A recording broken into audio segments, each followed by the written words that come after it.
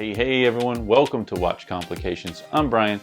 Hit that subscribe button if you like what you see and the bell if you want updates. Follow me on Instagram at watch_complications and check out my website, watchcomplications.com. In this video, I'm getting back to some dial making. I have past videos on making custom dials using Waterslide decals. Sometimes I do full-on builds with that if a client wants to keep costs low and not go a higher cost pad printing route. Well, I test lots of specific things related to decals on dials. Today, I want to specifically test different types of paper. There's Sunnyscopa, which is what I typically use, type A and type B. One has sort of a glossy finish on it. The other has sort of a matte finish on it. And the reason for the different types of decal paper is for different types of surfaces. A glossy, polished surface versus a more porous surface. But I wanted to try both of those on both matte and glossy dials. And specifically, I want to see, let's say you have a pre-made dial. It's got everything on it you might want, but you want to add a line of text, or you want to add just a logo or something specific. Well, what kind of residue is left behind on that dial? If it's a glossy or a matte dial, does it clean up okay? That's what we're going to test today. So let's get into the details. We do our wrist check. Today I'm wearing the Vario Navi. This is in the Popeye series. There's going to be an actual Popeye, like as in the cartoon Popeye version of this. Let me take it off my wrist so I can show it to you. This is the Vario Navi Jumping Hour. This is one of the few cases where I don't mind the Cyclops because of its design. But this is a fun watch. Jumping Hour is not a complication you see very much. I have videos upcoming in the near future about how the jumping hour complication works and the review specifically of this new offering coming from Vario in early January. So be watching for that. You may have also noticed that I've posted my first YouTube Shorts videos. They have to be 60 seconds or less or vertical, meant for mobile viewing. Give me some time on this. I know the way people think about shorts and TikTok and all of that stuff. I want to try to do something beneficial with it, not just dumb stuff, but I want to show some of my personality, but also provide meaningful questions and offer opportunity for feedback and show you what's going on in my life in quick snippets. That way you don't have to wait so long between some videos to see, hey, what is Brian up to this week? I want to be able to communicate in more than one modality with my viewers and subscribers. And, you know, if other people find it or get interested in the content, that only helps watch enthusiasts, watch collecting, and gets more people interested in the hobby. So I'm giving it a try. I'm seeing if I like it, if you like it. If you're not into that sort of thing, fine, don't worry about it. But I'm trying something else just to add another dimension to the content that I'm publishing. Give it a chance. Let's just give it a chance. Wait till you see at least the first half dozen of the shorts. Let's make some custom dials. Right, so here's the breakdown of what we're about to test. I have 3 dials, white glossy, black glossy, and black matte. The dials I've made in previous videos were on a white matte. Black is going to show the adhesive a little bit better, or residue if there is any remaining. I have both types of paper. I've described this in prior videos. I typically like using type B, but there's type A and there's type B. This is the original type A at the top, which kind of has like a glossy look about it. And then there's type B, which has a flatter look about it. And from Sunnyscopa, they also came with different types of glue, but I'm going to go with my approach of using the microset and microsole. Typically, type B has worked better with transfer for me, so we'll see how the type A's up here do. But the idea is I'm going to do a type A and type B on the white glossy dials, so the birds will go on here. We'll see which one kind of performs better, if one cleans up better, that kind of thing. The type A and type B orange lines I'm going to put on the matte surface, and shouldn't see too much difference there because it is a matte surface, but if there is a visual difference we can see if there is one, and if it cleans up. Just typically with a matte dial you don't want to mess with it too much with moisture. Then we have the glossy black. I am going to take type B. I didn't want to waste a whole sheet of paper for, this stuff's expensive, for trying type A, but I want to try this Viking transfer since B usually works better for me in terms of printing and whatnot. I want to try type B on this black glossy. I'm going to show you up close next macro video of what these dials look like up close to the surface. Then we'll go through the process that I've done in other videos, so I won't spend time on it. I'll fast forward it, apply micro set and some micro sol. We'll bake the dials at a low temperature for about 20 minutes and then see how the transfer works. Before we apply the decals, I want to show you what these dials look like beforehand. See that this dial has, you know, some scratches and stuff on it. That's neither here nor there. The key is how much of this glossy look and surface to it will become sort of matte, or you can tell there's an adhesive underneath of it or on top of it. And I'm going to use the glossy dial to help see, you know, the subtle change and if it could be cleaned. And then I have a couple black dials, because black dials are going to show things a little bit better. And so I've got a glossy black dial. I'm going to put the red Viking text close to the 6. Should be able to see, once this is all done, what adhesive residue is left behind. Even though it's film free decal paper, there's still going to be adhesive and some stickiness there, I think, and how easily it can be cleaned off. And if it can be cleaned off with just regular water without it impacting the ink itself and, you know, degrading the transfer. And the dials I've used in the previous videos in this series were white matte. I'm going to use a black matte, but still this provides a visual reference for what the texture of this dial looked like up close prior to using a decal paper on it. Of course, we've got both types of paper in play here. All right, so birds first.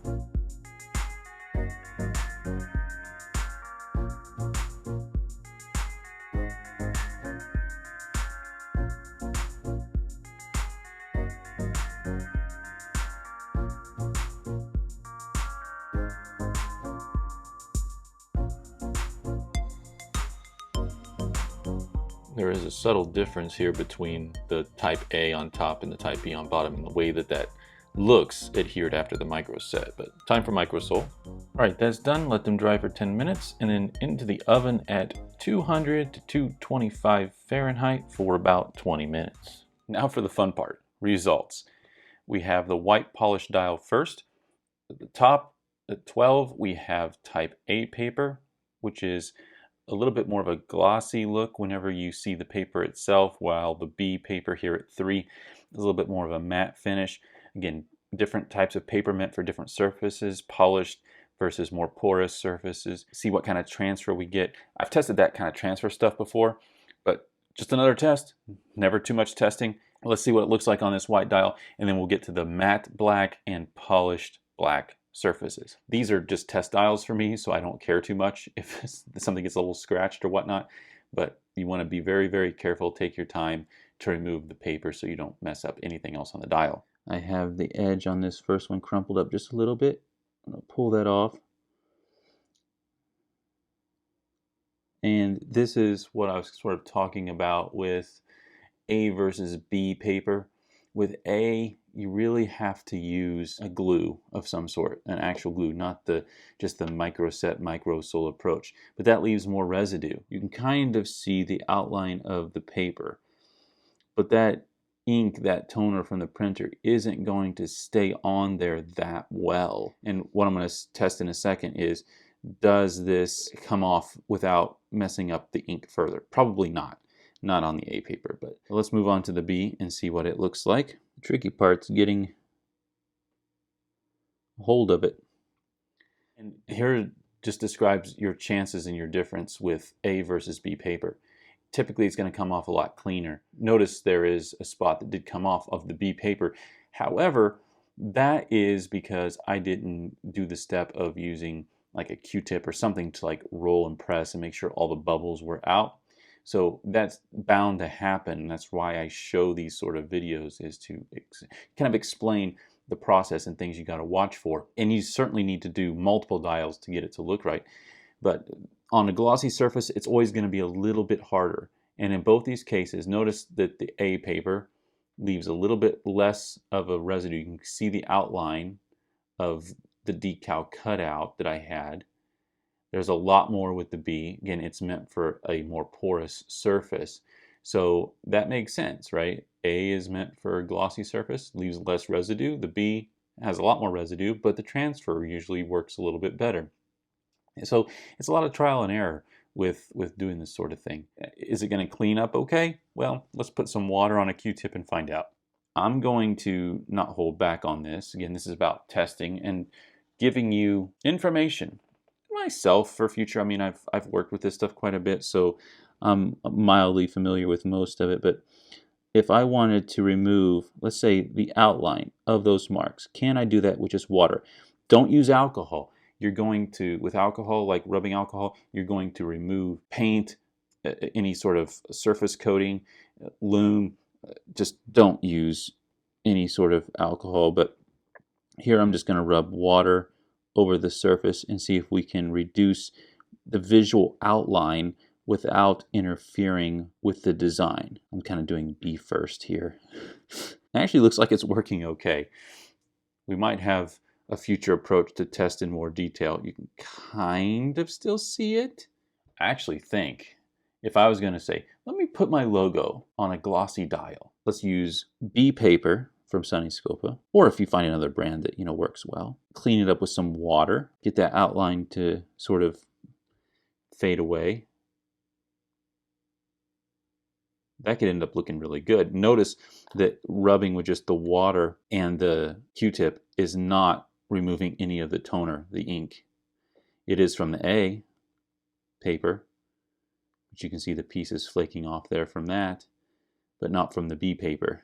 What this test tells me is that if I had a glossy dial for myself or a client, and I wanted to put just a specific line of text on it or a logo, I'm going to use Sunnyscopa Type B, microset, microsole, and clean up with water and a Q-tip, and you're going to get something that looks pretty good when all is said and done. So that looks pretty good. Now Type A, the residue cleaned up fine around it, but the transfer was not as good on the glossy surface without using the glue. Since we're on the topic of glossy, let's see how this dial turned out. Looks like I had some splatter, some leftover microset or microsole perhaps.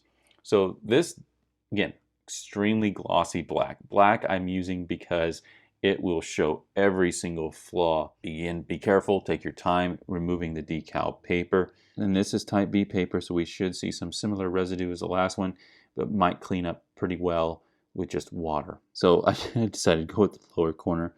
Had a little bit more latitude there. So I'm going to slowly peel this back. There's definitely residue to be expected. This is not a bright red, it's like a very, very like crimson red. There's the paper. Now you can see that the text has transferred, but we've got quite a bit of residue there. And this is exactly what I'm wanting to test. Type B paper here. We can clean up this water, right? That's just water spots drying. Distilled water is always going to give you a little bit better result with evaporation. There won't be a bunch of junk left behind. What I'm hoping is that the residue comes up, but the text kind of stays behind, right? That's the goal. If I was going to do this again, or if I was going to print a sheet specifically to print on this dial, I would use like a brighter red. That's okay, this is still going to illustrate the point for us. That text is really dark, by the way. Edge cleared off pretty well. You have to be very careful with the glossy surface, what tool you use to wipe and things. I was trying to see how aggressive I could be. That's part of the testing I do, so you know what to do or not do in your making of dials. That's why I buy these test ones to kind of say, okay, if I'm going to use this material, is that going to be abrasive? Is that not? That can look pretty good. If you get it off there cleanly, just use water and a Q-tip, cleans up nicely, Type B paper on a glossy surface. Of course, this is on black, so if you want a color to be a little bit more vivid and striking, I would use a brighter red as opposed to a maroon red. But That's just, again, test. Again, I was scratching there against the V. So if I turn this in the light, you're going to see probably some marks from where, very subtle marks, like this is macro lens stuff, right? So you can very vaguely see the outline of where the decal was, and marks where there I was using my tweezers as opposed to, let's say, like pegwood or something that isn't metal on metal, basically, metal on paint that would scratch it up. But it actually transferred okay, looks okay. You can clean up most of the residue without it looking super weird. On glossy surfaces, decal paper is always going to be a risk, and that's part of what I'm trying to show you here. Matte surfaces works great. You're always going to have some potential issues though if you go glossy with decal paper, and then if you look under a macro lens, it's going to, reveal itself. If you want crisp printing on a glossy dial, pad printing or let's say you're really super fancy, you want to go hand painting, fine, is really the best way to go for quality results. Choices. I'm just playing around, having fun, and showing you what the realities are with these different approaches. And last but not least, type A at the top on this black matte dial. This one, I at least had the hole at center to grab onto the decal paper. It popped right off. Now this is like an orange color, again on black, so it's not going to stand out that much. It's like a dark orange. You can see with the type A paper, there's a little bit of residue, but notice that the chemicals have messed a little bit with the printing there. They were a little bit more crisp, I believe. So that's something to note for future reference. We'll see what happens with the 18 down here. I covered it on purpose as well. Typically it adheres a lot better, like I mentioned, than the type A. So we're working at it. There we go. Type B, a lot more residue, like it's meant for matte surfaces, porous surfaces. But what happens at cleanup time? Let's put some water on it and give it a test. And we have other printing in play on the dial. I'm going to try to stay away from it as much as possible, but that type A paper seemed to have had more of an effect on the 24. There's really been zero effect on the 18. If you get into stuff that already has different types of paint printing on it, you're always sort of playing with fire a little bit. And I think that's what this process is showing. But whenever I make custom dials using Waterslide Decals, I go through I start with a plain brass metal blank and go all the way to the top. So I know exactly what's happening at every stage and work on that dial. But will decals work on pre-made dials? Yeah, they will. They'll do okay. But I would have multiple dials. This is certainly the best one. A high contrast color on a glossy surface with type B cleans up okay. Did pretty good on the black glossy as well. Again, just needed a higher contrast color. On a matte surface, I'm going to say do the entire dial design on the decal and then don't worry about anything else. That's going to give you the best result and sort of cohesive look. You don't have to do any cleanup. You can just remove the decal and be done with it. So those are just some tidbits of information that hopefully will go into the bank of testing I've done on this approach of using Waterslide decals on dials. This was very different than the previous ones, making them from scratch where you kind of get the overall look you want. Throwing a line of text or a logo on a pre-made dial, you're gonna run into some problems. And one of them will probably come out okay if you are careful, take your time, use the right tools and approach to applying and removing the decal paper. Might come out with something okay. All right, so what I've decided to do is go ahead and test the Sunnyscopa type A and B paper using the exact process that is on the decal paper. And instead of using microset and microsol like I usually do, let's test it with their glues. There is the type A glue, which is clear, and the type B glue, which is a little bit of a milky color. But I want to see if these adhesives clear up, clean up, or how they handle the transfer on these dials in comparison to the process I used in these tests. We'll do type A first, and then type B. And I'm going to then put these in the oven for about 15 minutes at 100 degrees. They say in their instructions you could use a blow dryer. I want more consistent heat, so I'm gonna go ahead and use the oven approach. Don't throw these in the microwave. They're metal. You'll blow up your microwave.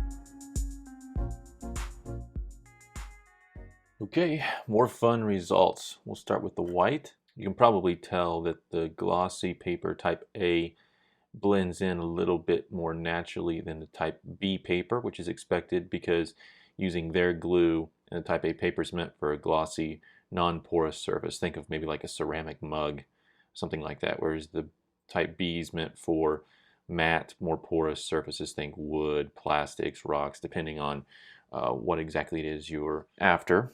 So I'm going to remove the type A first, and then of course the goal here is to say, okay, how much residue is left with their process and approach, and if there is residue, how well it cleans up. You can about guarantee there's always going to be residue. Back of the paintbrush to sort of scrape up the edge of this a little bit, and then I'll get the tweezers.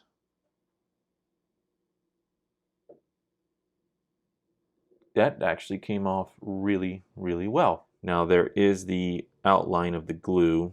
You can see the dial's a little bit messy. The decal itself adhered really, really well. And so that's not shocking. This would probably look pretty good if you were going to, like, again, put a line of text or logo on a glossy dial. One thing I know you can do is after you remove this, you could put this back in the oven for another 10-15 minutes, and that will just help that toner stick even more. But let me get the water here. So that cleaned up pretty well. I got some glue on the printing over here just to make sure it didn't impact the existing printing any. You can still very faintly see the outline, right? I mean, see that square? Still kind of visually see it. But you know, the type B with the microset microsole, that worked really well and cleaned up too. So these two approaches, type A with their glue, type B with microset microsole, both of those clean up pretty well. Still might see some faint outline of where the decal paper was. So you want to try to cut as much of it as close to the design as possible. Of course, you can't get too close either. See what the type B paper did on this with their glue, which is a little bit more of a milky color as opposed to a clear color. This will really illustrate the difference between that milky glue and that clear glue. The clear glue is a lot more like microset microsole, but you can see after removing that paper, we've got what looks like, you know, it looks like the paper is still there. You can see if you had this on a matte dial, and it's the entire design across the entire surface of the dial, that's going to blend in with the actual matte surface, if it's white anyway. But let's see how that cleans up with water. And it may not clean up at all. I'm trying to be abrasive, but not too abrasive. After a little bit of cleaning, you can see that that's sort of coming off a little bit, but not really much. That's a pretty sticky glue on there. You can see scraping it, but what's going to happen is you'll scrape down into the decal. See that residue? So just rushing with water isn't going to clean that off. And here I'm going to scrape into this as if I was trying to clean it off and see how much of that printing comes up. Yeah, see, that's what'll happen is if you scrub on that hard enough, that printing is going to come up. So what I will do is, both in the description below and on my website, which the link will also be below, I will put a list or in a table that states which paper, which glue type work best on what surfaces. Okay, so easy to find information since I've got 4 different unique tests on this particular dial. You know, in terms of cleanup and the outline, I really think that the type B paper using microset microsole worked the best. And I'd say this is a close, very, very, very close second. Some of that outline where the glue was is just going to remain, it looks like. Maybe it'll clean up a little bit more. Of course, this is going to have an impact on dials with like loom and stuff like that, the glues and adhesives. We'll see that in the next dial, but so you can just still see that faint outline no matter how much I'm cleaning with the water. The type B paper, microset microsole, the border's gone. Don't remember there was other scratches and things wrong with the dial and the number of other stuff I've done to it. So there you might see little imperfections, but that's not because of the paper, the decal paper. Okay, let's look at the next one. These were the orange lines. I've got type A on the left, type B on the right. Let me pull up the type A and notice that the type A paper, meant for a glossy surface, did not really adhere well at all, really, to the matte surface. Again, it makes sense. That glue is not intended for a matte surface. Interestingly enough, using the type A paper with microset and microsole on the matte surface actually worked the best on the matte dial. The black anyway, that transfer did the best, which is what you see here at 12 o'clock. See there's a little bit of residue outline there. Of course, the issue you would have on a matte surface that's black is how much moisture you put on that dial is going to tend to muck with the matteness of the dial. So you got to be careful if you're going to go that approach. Type B paper, what we should see is a lot firmer adhesive. It's going to be glued down pretty well, and that transfer will be much better. As it is, nothing's left on the paper like there was on the type A. You have that more significant residue from the type B paper and glue, and that leaves you a lot of cleanup. That's why I say if you have a matte dial, you are better off to go with the entire design across the entire decal, the diameter of the dial itself, or it's just going to look weird. Also, white generally looks better than the black. I'm doing the dark for obviously testing reasons. I'm just trying to give you all information, what will and won't work as you think about possibilities with making custom dials, you know. Nothing will beat a pad printer, but there are some circumstances where using a Waterslide decal might be the right path. I've made some pretty fun, interesting dials with it, but that's never going to clean up that well. I know the color contrast isn't that great with that orange against the black, but I care more about the residue and what this looks like at this point. You know, a little bit more time and in elbow grease, maybe you'll get that looking a little bit better, but I don't have high hopes for that ever looking that great. Now, we already tested type A on glossy. We know that'll work well. Here's again type B on glossy. This is just a line of text. So what I expect is this is going to have the same problem as the type B paper did on the other dial, the white one. So you can see that residue of the glue. It'll feel good to strip these dials clean when it's all done, the testing. I know this makes the video a little bit longer, going the route of also testing the Sunnyscopa, the decal paper process and glues as well, but then you get all the information in one video at least. So yep, just like on the white, we've got that significant residue. Look at the difference.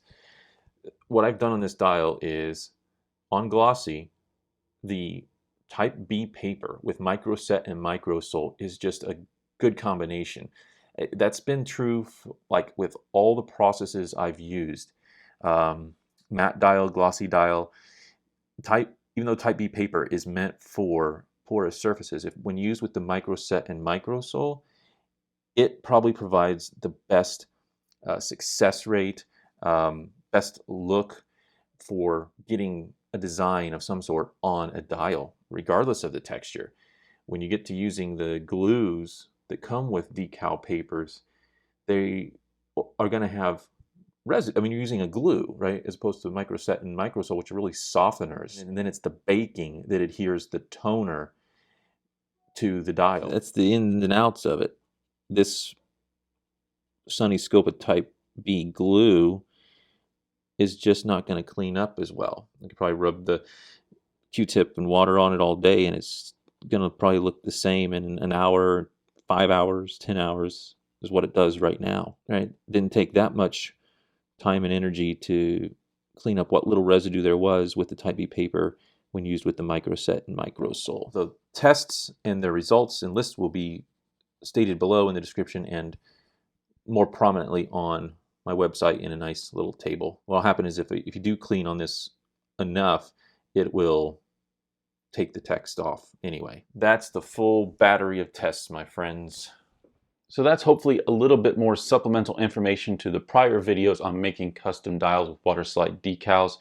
This will hopefully give you some context for what type of dial surface you're using, what type of paper, what potential residue there might be, does it clean up okay? Hopefully you have found this helpful. I'm not going to say it all this time, but all the links to my site, Instagram, and the subscribe button below. Hit them. I'm Brian. I'm out.